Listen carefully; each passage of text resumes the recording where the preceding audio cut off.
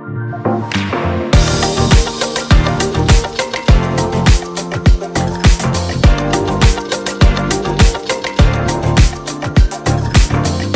is listening, however you're listening, I want to welcome you back to another episode of your MWP, otherwise known as your man with a plan, and this is episode 8. As always, I want to thank you guys for the overwhelming support that you continue to pour on this channel. It has been fantastic each morning to wake up to your comments, your subscriptions, whatever it may be. It has been fantastic, and we reached a significant milestone since the last post. Episode 7, we reached over 50 subscribers. Now 50 in the grand scheme of things when you compare it to other channels, it may not seem huge, but it's the start of something. We are building a fantastic sports podcast on this channel, and I can't even put it into words. It means so much to me, and it's so motivating to continue to get content to you guys. So, for today, we got a couple topics. We're going to talk about the Philadelphia Eagles and what the heck happened in Week 17 and their finale against the Washington football team. We're going to talk about all the NFL playoff games that are coming on Saturday. Yes, just Saturday. I wanted to break up Saturday into Sunday into two things since it is Super Wildcard Weekend, so let's get crazy and make 2 episodes for the 2 days that are happening this weekend. And then we're going to try a new segment called What's the Plan? It is going to be, well, I'm going to leave you on a cliffhanger. We're going to save it for the end. So, let's start with the Philadelphia Eagles. So, the season finale of everything that's happened in 2020, the Washington football team defeated the Philadelphia Eagles 20-17. And what an interesting game we had. Philadelphia was down 17-14, and then you notice something strange is happening. Nothing's wrong. It's just they're missing somebody. And you see that Jalen Hurts is on the sideline. So why was Jalen Hurts on the sideline? Well, nobody really knows. They had a section where Chris Collinsworth, one of the anchors for Sunday Night Football, was talking to Doug Peterson in an interview saying he wanted to put Nate Sudfeld in and give him a chance to play. Because that's what the NFL is all about. Participation. And they asked him, well, what if the game's close? What if y'all have a really good chance to win? Is Nate Sudfeld still getting a shot? They said, we didn't get a clear answer on that. So Jalen Hurts in the game, he went 7 for 20 for 72 yards, a pick, and 2 rush touchdowns. Now you're saying, well, that seems pretty bad on the passing side. Maybe they wanted to get somebody who could throw the ball to his receivers. Well, during the game there were a lot of great throws, but Philadelphia's receivers aren't really fantastic. A lot of drops, a lot of missed opportunities. It wasn't all on Jalen Hurts. Keep in mind, it's still a 3-point game, and this is against one of the best front fours in football. This Chase Young, Dante Payne, Deron Payne, I scratched that, Jonathan Allen, and Montez Sweat. That is a force, and they're getting pressure on the quarterback constantly. Chase Young is an absolute force, and he was on Sunday night. These are one of the few games in the national spotlight where you get to see people like Chase Young. You hear about him, but then you actually get to see him. And they focused a lot on him, and oh my goodness, he is an absolute force on the football field. He was at Ohio State, and he definitely is for the football team. So let's talk about why would the Philadelphia Eagles make such a drastic change with about 9 minutes left in the game? Well, some things have been, well, Nate Sudfeld needs a chance. Chance for what? Are you evaluating him for the starting job? Has he been in consideration for the quarterback job since Carson Wentz was benched? I don't think so. Are you trying to get Trevor Lawrence? You moved from 9 to 6. Was it worth it? Why do you make such a drastic change in the season finale when you could going into the season, the offseason, with so much momentum, so much positivity going your way? You just beat the football team. You knocked them out of the playoffs. That is a great win for your young quarterback who you're trying to evaluate going forward and build pieces around him. Now there's questions of, do you draft a QB with your new spot? Do you take a look more at Carson Wentz and see what he's got left? There's so many questions, and now Doug Peterson has almost alienated not one, but 2 quarterbacks. They pinned back Jalen Hurts on the sideline, and he was pissed. I couldn't believe it. I was shocked. That was what made the game ultimately the most entertaining for me, was what in the heck is Doug Peterson doing? I don't know. I wish I had an answer. I wish I could support it or say, well, they had this going for them, so why don't they do this? Why don't they throw in Sudfeld? But Sudfeld's not that good. He's been on the team for 4 years, and he's a third-string quarterback. What are you trying to evaluate? You don't go into Week 17 going, man, I want to evaluate the third-string quarterback position. That's what the preseason's for, and unfortunately, we didn't get it this year due to everything that's going on. But if you're keeping on the team this long, just wait it out. I don't think you're paying him that much in terms of NFL contracts. See what he looks like in the preseason, and then make that evaluation. Jalen Hurts should be your guy going forward, and you should look to move Carson Wentz out. But what does that mean for the rest of your team? There was a quote from Miles Sanders. He said, nobody knows what happened. Nobody agrees with the decision. You don't want your stars and your players in the offseason when you're trying to buy in and get back to the playoffs. Do you believe in the guy that's sitting on the podium telling you, we need to do this in order to win? But then you look back last year, well, you put in Nate Sudfeld, so I'm not entirely sure about buying into what you have selling for me. So that's my brief thoughts on the Philadelphia Eagles. And with that Eagles game, we got our NFC East division winner, and that was the Washington football team, which set our 14-team playoff. It is Saturday, Sunday, 3 games apiece. I am so excited to sit back and watch and evaluate these games and then get more content out for you guys. So what we're going to do is we're going to break them into days. Saturday games are going to be broken down tonight, and Sunday games are going to be broken down on Friday, along with the national championship preview, Ohio State versus Alabama. So, without further ado, let's start with the Buffalo-Indianapolis game. This is going to be the first game. We're going to go in order of schedule. I just thought that'd be nice for me as I was taking my notes. So, Buffalo and Indianapolis. Both teams back in the postseason. For Buffalo, it's more, we're back for the second straight year in a row, and we're on fire, and Indianapolis is, we're back in the postseason. Yes, let's go. Now, Buffalo is trying to avenge their wildcard team. Their wildcard team last year lost to Deshaun Watson, the Houston Texans. As you know, Houston had a miraculous 19-0 comeback, and it was overall an amazing game to watch. But you knew Buffalo had something special building. Josh Allen, they traded for Stephon Diggs over the offseason. They had a good defense. They had Sean McDermott coming back. What could go wrong for Buffalo? I personally, at the beginning of the year, had doubts that Josh Allen could take such a big step forward and take his team to the postseason, and especially take them to what they did this year, which was 13-3, an AFC East championship, which has never been really heard of. Another team besides the Patriots winning a division title in the AFC East hasn't been done since 2008. So that alone is significant. Stephon Diggs, the trade last year that they made, I believe, was the trade of the offseason. 100 catches, over 100 catches, might I add, over 1,000 yards, has been instrumental in Josh Allen's development as a quarterback, making a security blanket. So when he has some of those questionable throws, you have Stephon Diggs there. It's nice as a quarterback and so comforting having your number one always there for you. And that opens up the game for their other receivers, because you get your cornerback 2s, your cornerback 3s, your linebackers having to worry about everybody else when you're probably going to double Stephon Diggs. It has been such a great thing for Buffalo, and they have flourished because of it. But let's talk about the Colts. Indianapolis, they missed the playoffs last year with all the craziness that happened with them, with Andrew Luck retiring in the preseason. Jacoby Brissett took over. They missed the playoffs just by a little bit.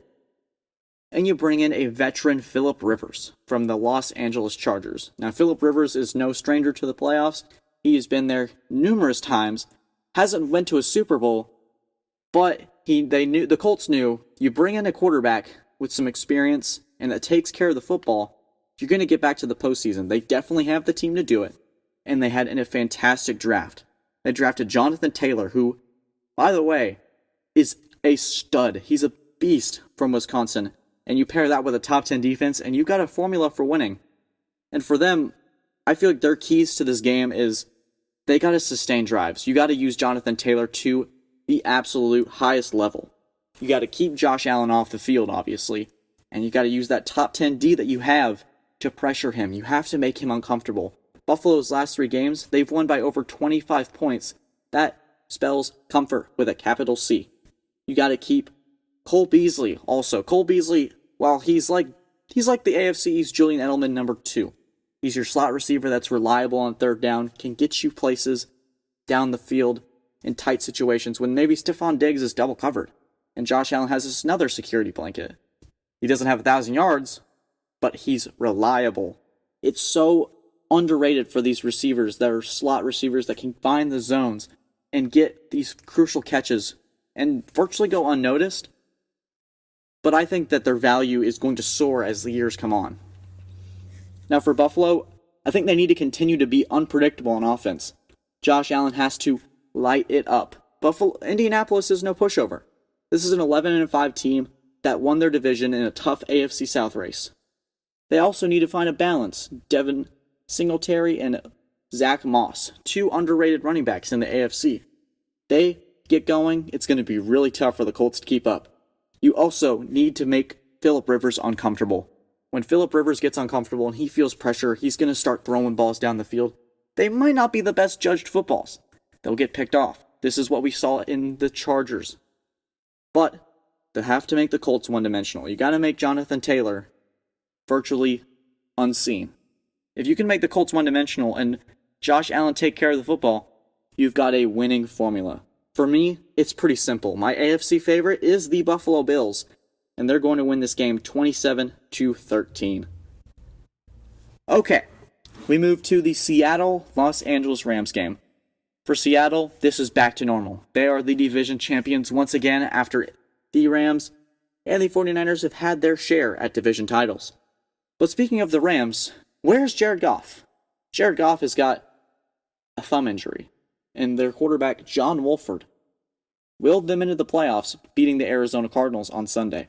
The thing I loved about Week 17, and I know I'm digressing from the Seattle game, is that people you've never heard of were on the field trying to get their team into the playoffs, like John Wolford. And he actually has a LinkedIn profile, which I find hilarious, that he's 1-0 with his LinkedIn profile, he said, so he's going to keep it up while it's going. If they can win them a playoff game, I mean, hey, what works, works. But Russell Wilson, the other quarterback on the other side of the field, has had a career season. But he's also had a career high in picks. And if Los Angeles can find a way to pressure him, use Aaron Donald, Leonard Floyd, all the pieces that they have, maybe they can recreate what Russell Wilson's done this year in the negative light. You got to make sure that the Rams control this game. And by control, I mean control it with the run game. Cam Akers, a stud out of Florida State, like Jonathan Taylor, not a first-round draft pick, but someone you find in the later rounds that you can really use to utilize the team, be that catalyst that gets them going. As always, Aaron Donald, we're going all over the place, but there's so many pieces in this game that matter. Aaron Donald, as always, is your X factor. He's going to be able to get to the quarterback no matter what. You don't double team him simply. You just hope he just doesn't get there in time. Russell Wilson's got a knack for getting out of the pocket, but Aaron Donald's something else. And they also have guys like Leonard Floyd who can also get to the quarterback. Now, does the game plan for LA really change? Because you're going to try to win it with your defense. You're going to try to run the football and spread the field through your short dink and dunk play action. Does it matter if you have Jared Goff? I've been thinking about this for the longest time. If Jared Goff's not on the field, what changes? Because with Wolford, you can run the football with Wolford. You add an extra dimension that Jared Goff doesn't necessarily have as a quarterback, and that's not his fault. He has his own style, but the offense stays the same. The Sean McVay idea of being able to use short passes and play action doesn't change. So I don't really see the line changing for it, and my pick has actually changed because I needed to think about it more. I think the Rams ultimately could win this game. They're not out of it. There's not like they don't have a prayer. The Rams win the game because they have their all-stars. They have their defense, their creative offense. It's just that Russell Wilson versus John Wolford, who really are you going to take in that situation? I think for Seattle, their keys to the game is let Russell Wilson cook. But not too much. You got to find your balance. You can't become one-dimensional and throw the ball 60 times, because then the Rams are going to do what they do best, which is get pressure, and then Jalen Ramsey's going to have a field day, because the ball eventually is going to be desperately thrown down the field, and it's going to land in his hands. Can the Seattle Seahawks also find a way to create offense without DK Metcalf? Of course you're going to say, They have Chris Carson. They have Tyler Lockett. But DK has become their number one. Their Megatron, in a sense. You chuck it to him, he's there. He's going to make those 50-50 balls work out for you. Now, if they can find separation and control the clock, Seattle has a fantastic chance of winning this, especially at home. Now for the Rams, whether it's going to be Jared Goff or John Wolford, you just do what's needed. You take care of the football, Sean McVay tells you what to do, you go out there and execute the game plan. They're not going to put John Wolford in a situation to fail. McVay is way too smart for that. And for McVay, he just needs to make Cam Akers the focal point of the offense. You need to run the ball with him 25 times. Make sure that Seattle is staying off the field because they're a team that can score in an instant. Russell Wilson is so creative with the football. I think you have to make him as uncomfortable as possible. Put as much pressure on him so he can't roll out the pocket and make the spectacular throws that end up on NFL films every Sunday night. Now, originally, I had this game Seattle winning 20-17. But I think I've changed my mind. I think I'm going to go with the LA Rams. And that's specifically because I think that the Rams offense doesn't change with Wolford in the game. Whether it's Wolford or Goff, I think the Rams will be able to find ways to score because McVay is so creative with his offense. He's able to do so many different things that I think that the game plan, that the Rams, they're not panicking. They're just rolling with what's going on. They're rolling with the flow. It's 2021.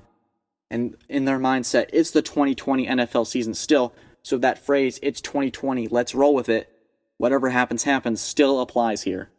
So I'm taking the Rams. And whether it's Goff or Wolford, they're going to win the football game. So, let's move on to the Tampa Bay Buccaneers and the Washington football team. Obviously, the Washington football team is one of the worst division winners of all time, and that's not a knack against them because they've had a lot going on this season. They've had to deal with Dwayne Haskins, who we've talked about on the show, had his issues, had parties without a mask, he had his captainship removed, and then he played a terrible game against the Panthers and got cut. Ron Rivera, story of the year. That's really the theme for the Redskins. Story of the year. You have a quarterback who is almost dead a couple years ago with his leg injury, almost amputated, told he could never play again, and then he gets that chance, and he leads this team to a division title. But he's not alone on the spotlight, as Ron Rivera is a cancer survivor. I mean, if you have a story for an NFL team, it's got to be the football team. You go through the most scrutiny in the offseason, you get your name changed to the football team, you have your coach that survives cancer, your quarterback that defies all odds. I mean, this is a team of destiny. I don't think that destiny pans out in the playoffs, but you made it, and they got to enjoy the moment. Now, let's pan over to the Tampa Bay Buccaneers. Tom Brady, it's his new squad, his new group. His Buccaneers went 11-5, and they have weapons on weapons. Earlier on the show, I think a couple episodes ago, we talked about, can Tampa Bay find that guy? Can they have the guy that steps up in the end? And I think that I was missing the big picture because their guy is Tom Brady. If there's anybody that's going to do it, it's going to be him. That's going to take them the distance in the postseason no matter who is in front of them. He is the greatest quarterback of all time, and he's going to show it, especially in this game, but not without its challenges. Washington is a well-coached football team that is able to control games with their fantastic defense and their short pass offense and their Antonio Gibson at the running back position. I think for Washington, this game is very simple for them. Alex Smith, take care of the football. Do what you've always been doing. And their front four, this reminds me of a Giants team from 2011 or 2007, where their front four was the definition of their football team. They can take on any offense. They can get to the quarterback. And well, in this situation, they're going after Brady like they did so long ago. Chase Young, Deron Payne, Jonathan Allen, Montez Sweat, they are a force. Like we've said earlier on this show, they're as good as advertised, and they're going to be the X factor going in. Now, Chase Young, I just want to quickly talk about him, just how much of an absolute stud he is. We've stud a lot today, but it's the playoffs, it's players filled with talent, and stud is a word just appropriate for it. You're talking about, this is a group that I like to categorize Chase Young in. A group that they're just as good as advertised, and you have this feeling when they get drafted, they're going, man, they're going to be really good. Like some of these guys you have doubts, and they end up panning out. And some guys you think they're going to be amazing, and then they stink. But I like to pair this group, the Bosa brothers, Myles Garrett, Quentin Nelson. Those are guys that were surefire hits from the beginning. Like, you couldn't miss with these guys. You couldn't mess it up. And I think Chase Young easily fits into that category.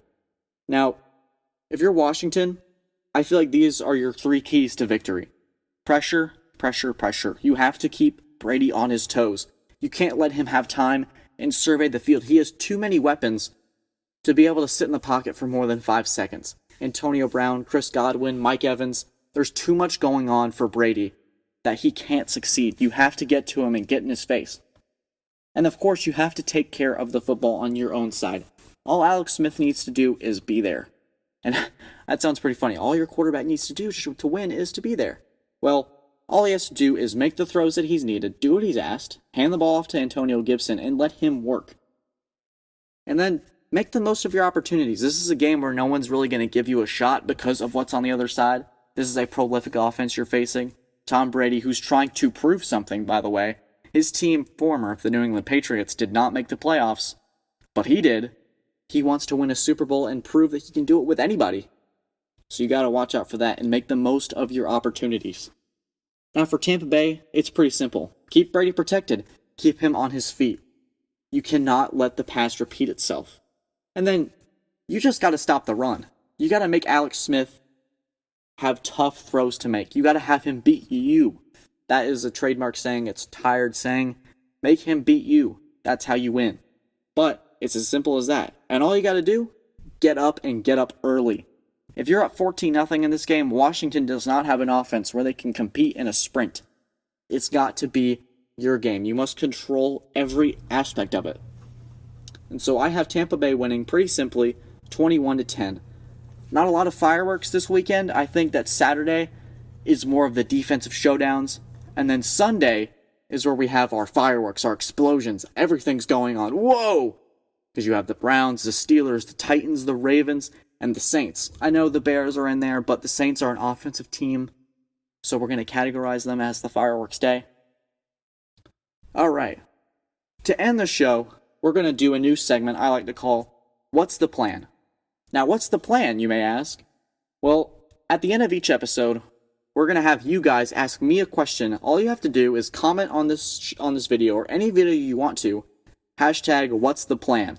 And your question. It could be literally anything you want to know. Football, basketball, I mean, we can talk about other sports if you really want to. Or you can Instagram DM me on my personal account or the Man with a Plan account with the same thing. So our first question comes from someone that I know from a class in high school. I had to teach a 7th grade class, and his name is Kelly. Kelly's plan is, what are the Saints going to do without Drew Brees? How do they move forward as a franchise? And you're thinking, oh gosh, the end of an era. It's kind of weird to think about. You've grown up with Drew Brees, or you've watched him go from Purdue to now. The expectation is that Drew Brees will retire going into the offseason, and the Saints will have to refine themselves. So this is pretty simple to me. You still have Michael Thomas and Alvin Kamara. You have your pieces. You have your top 10 defense. But do you stick with Taysom Hill? Did Taysom Hill show you enough in the games that he started that he's ready to be a starting QB for all 16 games?